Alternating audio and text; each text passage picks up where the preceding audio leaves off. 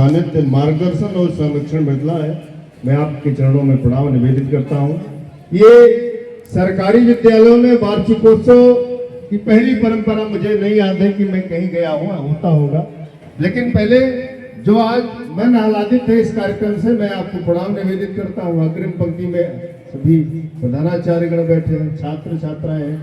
यही कहना है भैया कि कहीं कुंवर बैचैन जी लिखते हैं कि किसी भी काम को करने की चाहे पहले आती है, अगर बच्चे को गोदी लो तो बाहें पहले आती हैं। हर एक कोशिश का दर्जा कामयाबी से कहीं ऊंचा कि मंजिल बाद में आती है, राहें पहले आती हैं। बहुत अच्छा, राहें आई है तो मंजिलें भी हैं। ये कार्यक्रम अगले वर्ष और भी व्यापक स्तर पर होगा, ऐसी मैं ईश्वर से निवेदन करते हुए अपनी बात प्रारंभ करता हूँ। विद्यालय प्रांगण है और छात्र छात्राएं हैं, देश के भविष्य हैं।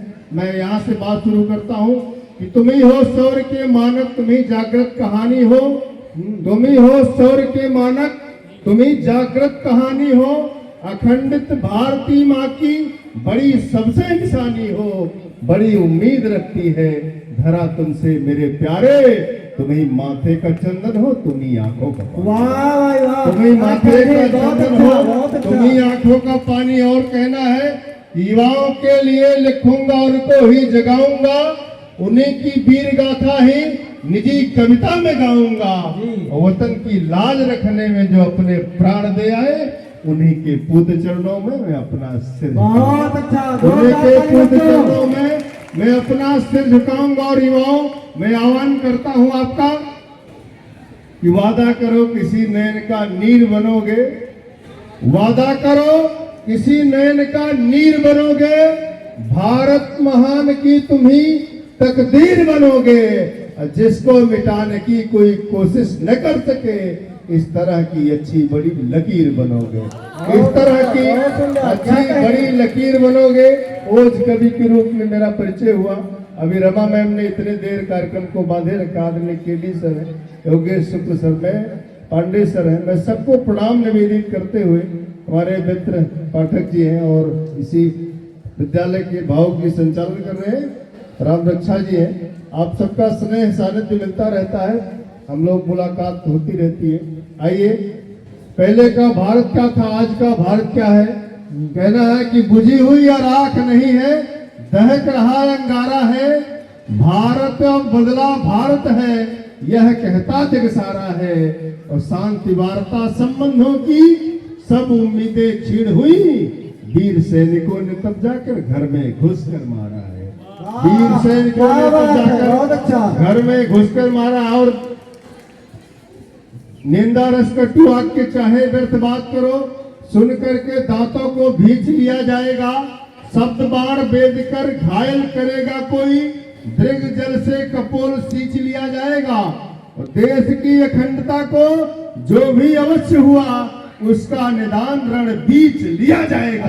राष्ट्र ध्वज, राष्ट्र गीत, राष्ट्रगान, जय हिंद अपमानियों का खाल खींच लिया जाएगा। क्या बात है, बहुत अच्छा। और कहना है कि देशभक्ति का प्रवाह मन में उठा हो बंधु, धूल को उठाइए लगाइएगा भाल पर। राजनीति कूटनीति चाहे बने युद्ध नीति, ढंग से प्रहार हो विरोधियों के चाल पर। गरल को गाड़ना है कालिया के फन से, तो कृष्ण बन नृत्य करो बांसुरी की ताल पर। भागी बने फिरते हैं अपने ही देश में, जो खींच के तमाचा मारो उनके ही गाल पर। क्या बात है, बहुत अच्छा। तमाचा मारो द्रोहियों के गाल पर। और हमारे देश में कुछ राष्ट्रीय चरित्र है, हमारे भैया को बहुत पसंद भी है महबूबा की वो पंक्तियां।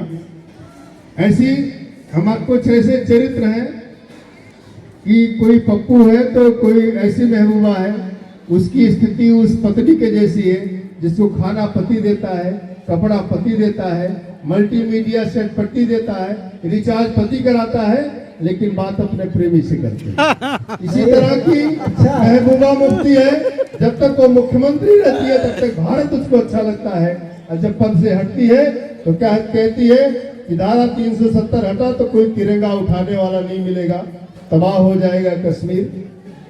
तब मैं उसको चैलेंज देता हूं कि महबूबा कैसी महबूबा, घृणा सभी में भरती है, इस मिट्टी से प्यार नहीं या आतंकी से डरती है। सनम बेवफा की करतूतें तुमने ही चरितार्थ किया है। भारत से रिचार्ज कराती, बात पाक से करती। भारत से रिचार्ज कराती, बात पाक से करती और कह रही है कि कोई तिरंगा उठाने वाला नहीं मिलेगा। तब कहता हूं कि ईर्ष्या और बगावत वाला यह प्रभाव हम देखेंगे। देश प्रेम या गद्दारी आकर के यहाँ बाहर बैठे। कार्यक्रम की जो बच्चियां हैं, कार्यक्रम खत्म हो गया है, वो आकर के बाहर यहाँ कुर्सी पर बैठे, कोई कमरे पर नहीं रहेगा। ईर्ष्या और बगावत वाला यह प्रभाव हम देखेंगे।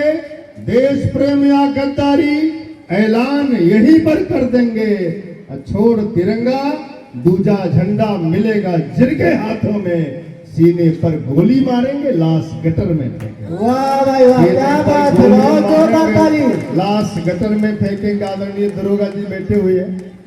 ऐसे सैनिक हमारे जब कश्मीर में आपदा आई तो हमारे सैनिक जहां जरूरत हुई पुल बन के अपने पीठ से कश्मीरियों को उबारा। आवश्यकता पड़ी तो सीढ़ी बनकर कंधे से कश्मीरियों को संकट से उबारा। और जब वही कश्मीरी 500 रुपया पाकिस्तान से पाए तो हमारे सैनिकों पे पत्थर फेंक रहे हैं।